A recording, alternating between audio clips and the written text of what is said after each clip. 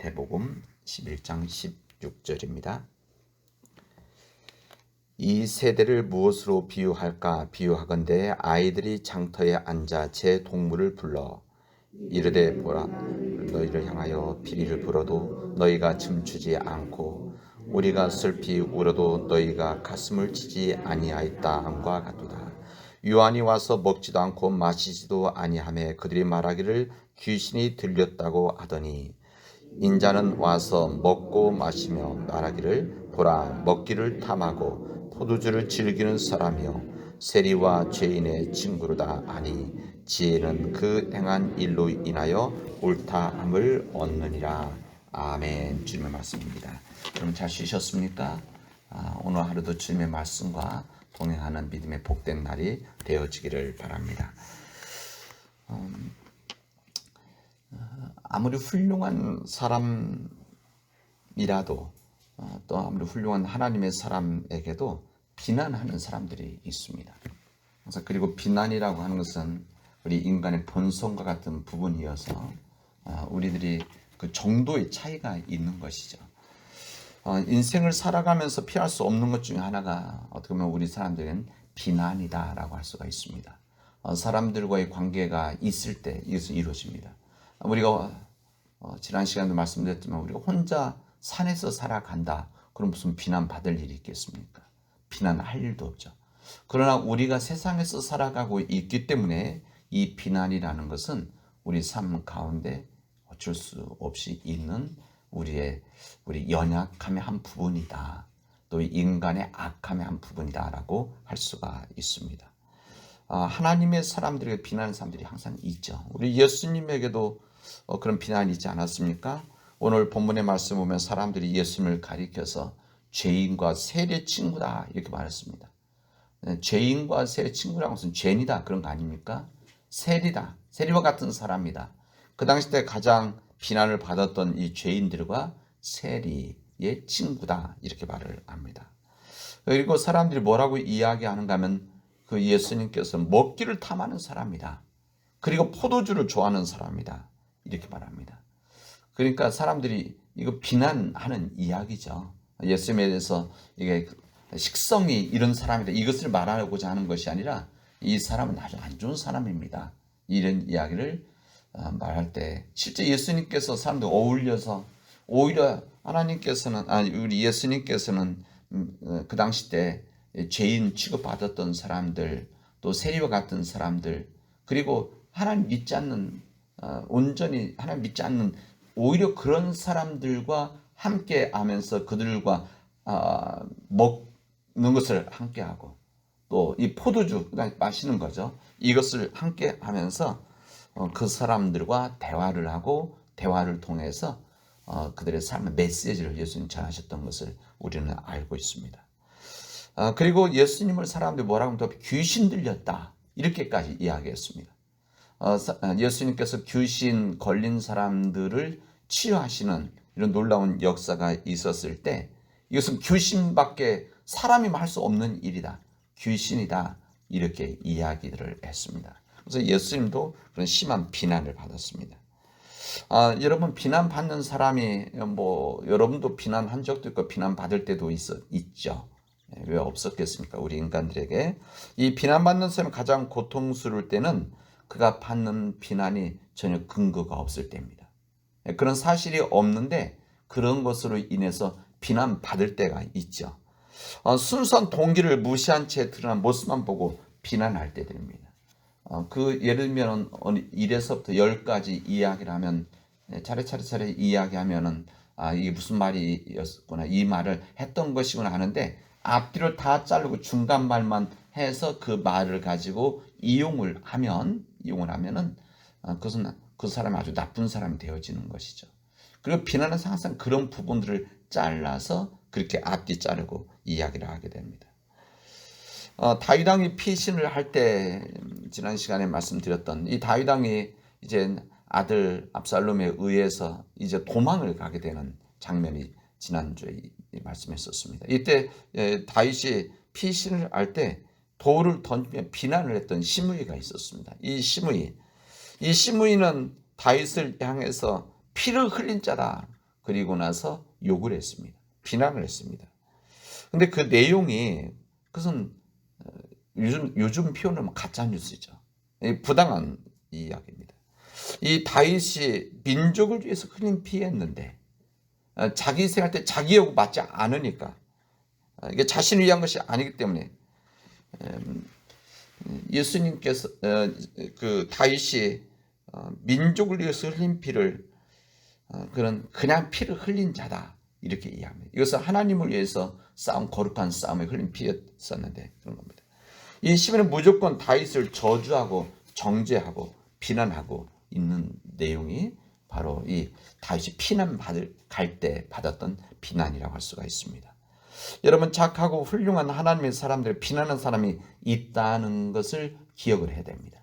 하나님의 사람들은 비난받는 일이 없다 그게 아니라 하나님의 사람들은 당연히 비난받는 일들이 세상 사람도 있다. 그래서 기억해야 됩니다.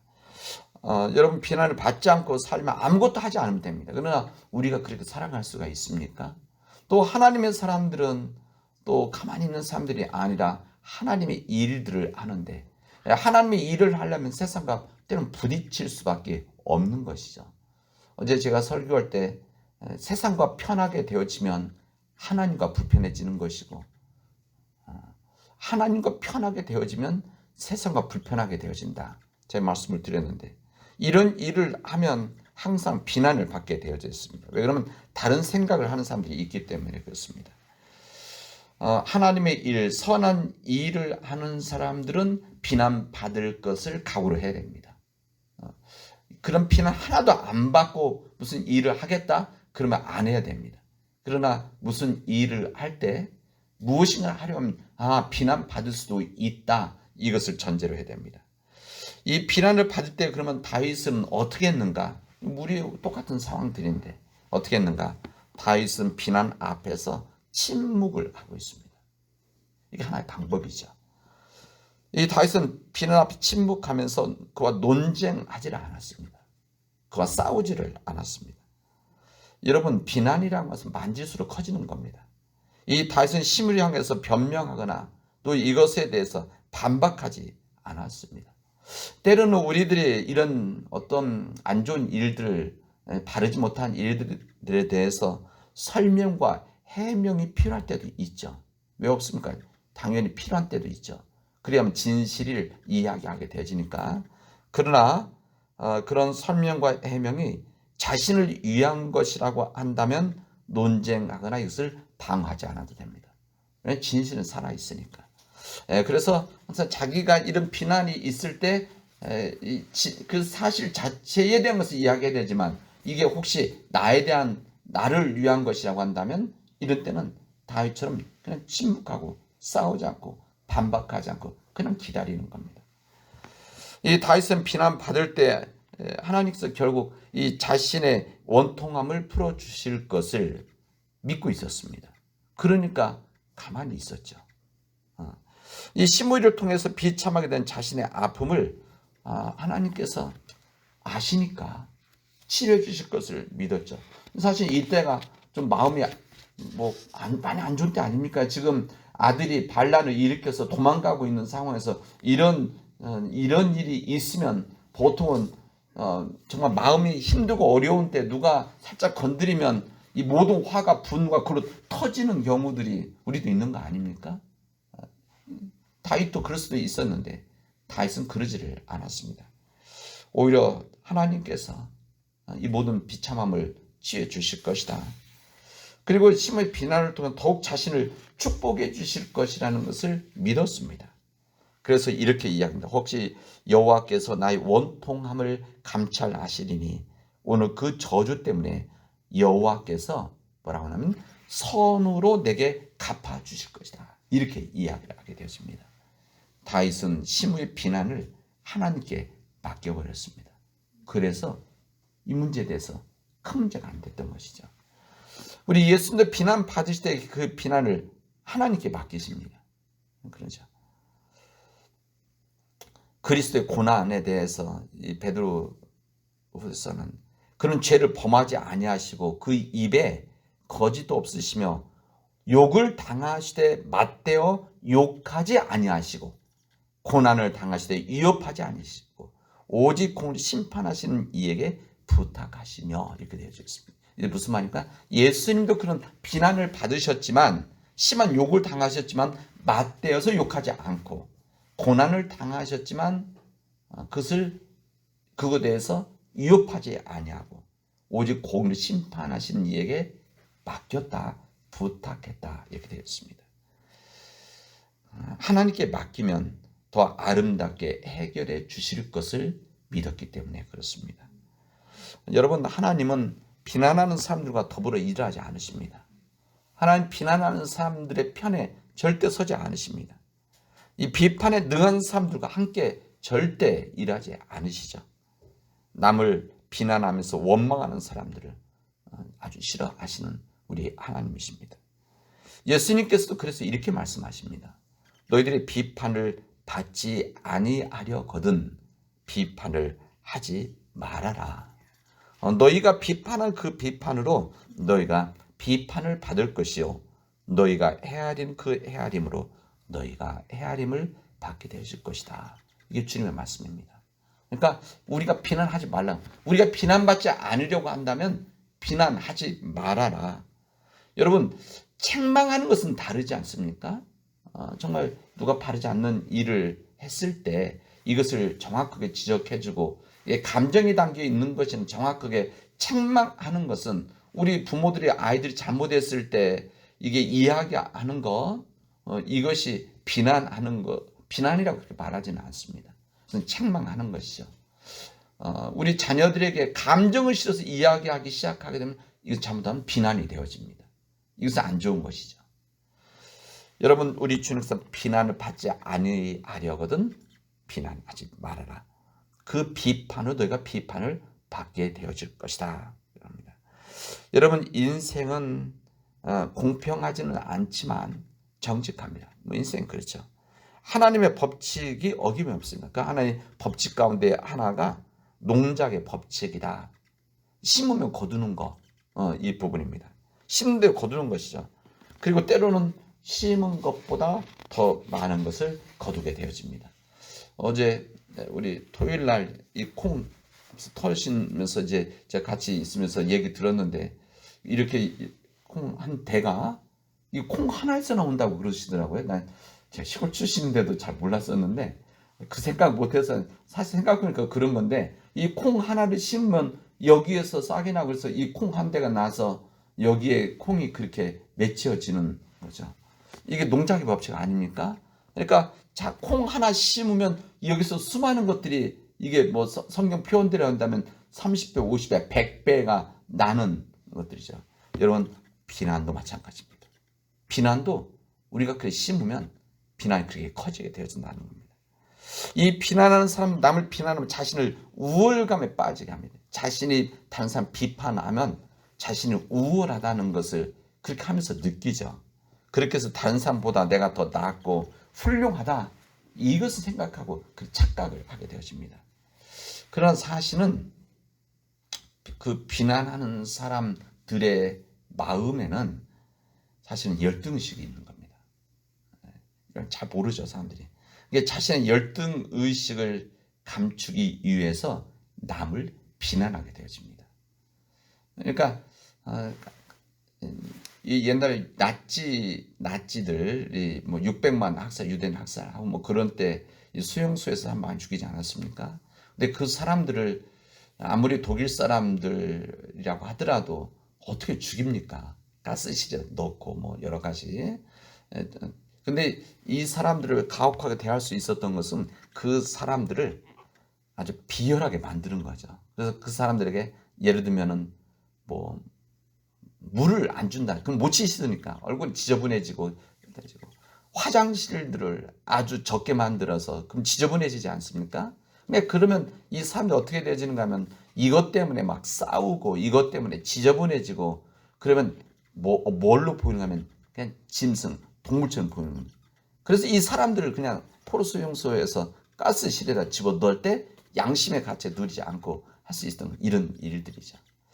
사람들은 항상 자신보다 낮춤을 통해서 자신이 올라가려고 하는 그런 의식들이 있습니다. 그러니까 자신의 열등의식을 가지고 있는 사람들은 이것을 감추기 위해서 다른 사람들을 비난하죠.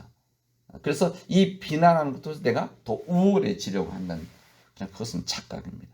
그렇게 되지 않습니다. 자신의 눈 속에 있는 들보는 보지 못한 채 남의 눈에 있는 티만 보는 그런 사람, 이게 바로 요즘 교만한 사람입니다. 그래서 남을 비난하는 것입니다. 여러분, 우리가 비난받기도 하지만 우리가 비난할 때들도 있는데, 우리가 그럴 때마다 여러분 한 가지 이렇게 잘 생각해야 될 것이 있습니다. 우리가 다른 사람 비난할 때 그 비난이 잘못된 것일 수도 있다는 것을 알아야 됩니다. 우리들 한 사람들에 대해서 내가 비난하는 것은 아닌데 하고 이야기, 그 비난입니다. 사람들 항상 꼭 그렇게 이야기하지 않습니다. 내가 비난하는 것은 아닌데, 비난이니까 그런 이야기 하지 말고. 그러나 비난한다고 하더라도 여러분, 비난사 그 모든 것을 다 알 수 있을 때 비난해야 됩니다. 우리들은 비난 대상의 모든 형편을 다 잘 알 수가 없죠. 이 모든 것은 하나님만이 아시는 겁니다. 우리 인간들은 모든 것을 다 알 수 없는 존재들입니다. 이게 바로 인간이죠. 사람들 안에, 그 사람 안에 담겨져 있는 동기와 그 안에 담겨져 있는 의도 다 어떻게 압니까? 그리고 어떤 일이 이루어져 자기가 보지 않은 일, 대책 자기가 보지 않은 일들인데 잘 보지 않기 때문에 앞뒤 있는 얘기를 모르고 그것만 보고 그것만 이야기하게 되죠. 여러분, 남을 비방할 때는 모든 것들을 다 알고 이야기를 해야 되는데 우리 인간들은 스스로 다 볼 수가 없다. 다 볼 수 없기 때문에 우리가 함부로 비난하면 안 된다. 모든 것을 다 잘 안다. 상황도 하고 환경도 알고 그 사람의 마음까지도 알고 있다고 한다면 그래도 비난할 수 있는 자격이 좀 될 텐데 하지 않으면 좋지만, 그러나 우리 인간들이 다 그렇게 알 수가 없습니다. 제 친구 한번 이야기한 적이 있는데, 제 친구 한 4년 전에 제 친구 하나가 세상 떠났어요. 근데 그 친구가 치과 의사였는데 당진에서 세상 떠났습니다. 근데 이제 그 친구가 세상 떠나기 전에 제 친구 하나에게 한 2년 전에 그 친구한테 야, 우리 이제 그만 만나자. 이런 얘기를 한 겁니다. 사실 교회 친구들이었는데, 대전에서 교회 고등부 때 같이 다녔던 아주 가까운 연락하는 친구들인데, 그러니까 이 친구가 연락을 받고 우리 그만 만나자. 그래서 특별한 설명하지 않고 이제 나 혼자 지낼 테니까 서로 이제 관계 끊고 지내자, 이렇게 이야기를 하니까 그 친구가 막 화가 났습니다. 화가 나가지고 저한테도 연락이 왔었어요. 그래서 그 친구가 관계 끊고 살자고 한다. 어떻게 그럴 수가 있냐. 이런 이야기를 하고 나서 시간이 한참 지났는데 후에 보니까 그 친구가 말한 친구가 사실 머리 뇌종이야. 이기 때문에 심한 뇌종이야. 그래서 시간이 돼서 보니까 제가 후에 알게 되어진 겁니다. 당신 서산 같은 고향에서 이 친구가 갔다 그 동네에서 이야기를 들은 거예요. 야, 그 집 저기 누구네 아들 그 치과하는 얘가 아파 문 닫았다고 하더라 하고 알아봤더니 그런 상황이었어요. 이미 제가 그래서 찾아갔었는데 갔을 때 보니까는 지능이 한 5살, 6살도 안 되더라고요. 그만큼 다 안 좋아져서 그런 겁니다. 모든 상황 다 할 수 있는 게 아니죠. 그래서 다른 사람들이 때로는 싫은 소리 하고 다른 사람들이 안 좋은 행동할 때 저 사람 무슨 이유가 있겠지. 저렇게 할 수밖에 없는, 저렇게 반응할 수밖에 없는 이런 무엇이 있겠지. 이렇게 하고 여러분들이 한번 참으시면 됩니다. 그리고 기도해주고, 오히려 비난하는 사람을 우리들은 칭찬하는 이 마음을 바꾸면 바꿀 수가 있습니다. 근데 우리들 다 알지 못하니까. 근데 우리 인간이 다 어떻게 압니까? 그래서 여러분들이 이 비난이라는 거, 이 극복하는 일이 쉽지 않은데, 그 비난하는 습관 깨트리는 일이 쉽지는 않은데, 여러분 오히려 비난받는 그 사람들, 비난받아야 되는 그 사람들 한 번 더 생각하시고 한 번 더 그 사람의 마음을 이해하려고 하고 한 번은 용서도 해주고 또 한 번 더 용서해주고 그리고 그를 칭찬하는 더 좋은 쪽을 보려고 하는 그 마음을 가지고 한다면 아마 그 비난을 우리가 극복할 수 있지 않을까. 요즘 제가 계속 말씀드리는 새벽기도 말씀은 사람과의 관계 속에서 어떻게 우리가 살아가야 될 것이 이 말씀을 나누는데 이 비난받는 사람, 비난하는 사람 이 관계는 이렇게 해결해야 되지 않을까. 우리 믿음의 말씀을 여러분 전합니다. 기도합시다. 하나님, 우리의 힘만으로 부족하기 때문에 우리가 성령님을 의지할 수밖에 없습니다. 성령님께서 역사하여 주셔서 하나님, 우리가 비난하는 사람들을 사랑할 수 있는 길을 성령님께서 인도하여 주시옵시고 주님, 그러한 때마다 우리를 붙들어서 주님의 사람으로 서게 하여 주시옵소서. 하나님, 지금까지 우리가 나의 생각지 못한 비난 때문에 마음 아파하고 상처받은 사람들, 주님, 그런 사람이 있다는 것을 내 안에서 깨닫게 하시고 회개케 하시고 비난받았던 그 사람들이 상처를 치유할 수 있도록 하나님께서 불쌍히 여겨 주시옵소서. 이 모든 말씀을 예수님의 이름으로 기도합니다. 아멘.